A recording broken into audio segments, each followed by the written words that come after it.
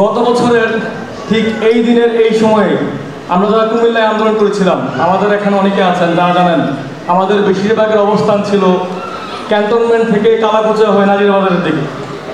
সেই সময়ে আমাদের শুধু একটাই প্রতীক্ষার বিষয় ছিল যে কখন হাসিনা পালাবে। আপনাদের অবশ্যই মনে আছে হাসিনা বলেছিল হাসিনা পালায় না। আজকে আমরা এখান থেকে বলতে চাই হাসিনা কোথায়?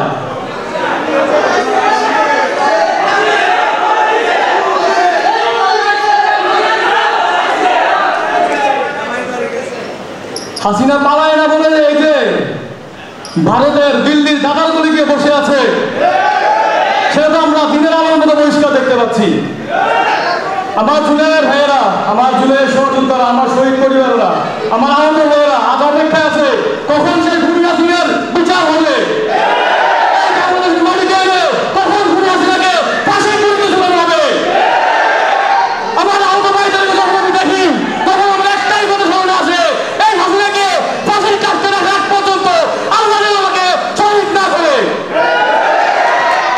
আজকে এই জায়গা থেকে স্পষ্ট করে বলতে চাই, খুনি হাসিনার এনাবেলার যারা ছিল, যারা এখন মিডিয়াতে আছে, যারা এখন প্রশাসনে আছে, যারা এখন পুলিশে আছে, যারা এখন সাংবাদিক কর্মী হিসেবে আছে, যারা রিক্সা চালক হিসেবে আছে, ভ্যান চালক হিসেবে আছে, শ্রমিক হিসেবে আছে, প্রত্যেকটা খুনিকে ধরে ধরে বিচার করতে হবে। বাংলাদেশের আনাচে কানাচে এখনো খুনি হাসিনার এনাবেলাররা শপথে আছে, শপথে আছে, প্রমাণ আছে। আমরা আরেকটা বিষয় খুব গভীরভাবে আমরা দেখতে পাই, যখন এই 5 জুন থেকে 5 আগস্ট পর্যন্ত ফেসবুকে একটা কমেন্ট করতাম, একটা পোস্ট করতাম, আমাদেরকে সেই কমেন্ট থেকে, সেই ফেসবুকের পোস্ট থেকে ধরে এনে জেলার হতো। কিন্তু আজকে এই বিপ্লবের 1 বছর পরে এসেও আমরা দেখতে পাচ্ছি এই খুনি হাসিনার এনাবেলার যারা এখনো আছে তাদের প্রকৃত পরিচয় দিয়ে, লোকেশন দিয়েও তাদেরকে এখনো বিচার আনা হচ্ছে না। এটার মূল কারণ কি হতে পারে?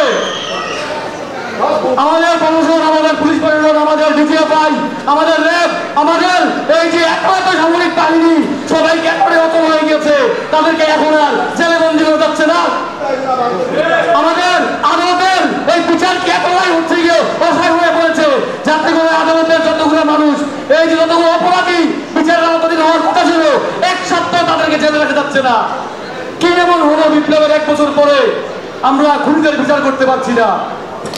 আমাদের সামনে এখানে রাজনৈতিক ব্যক্তিবর্গরা আছেন, তাদের উদ্দেশ্যে হাত জোর করে মিনতি করব, খুনিদের সাথে কোনো সক্ষতা নাই, আওয়ামী লীগের সাথে কোনো সক্ষতা নাই।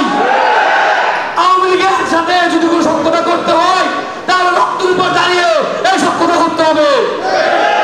আর আগামী দিন রাজনীতিতে যারাই আওয়ামী লীগকে নিয়ে রাজনীতি করতে আসবে, এই দেশের জুলাই যুদ্ধরা, আহতরা, শহীদ পরিবারেরা, আপামর বাংলাদেশিরা তাদেরকে ঘৃণা বলে প্রত্যাখ্যান করবে ইনশাআল্লাহ। আজকে এই জায়গা থেকে আমরা সমস্যায় আওয়াজ তুলতে চাই, তোমার দেশ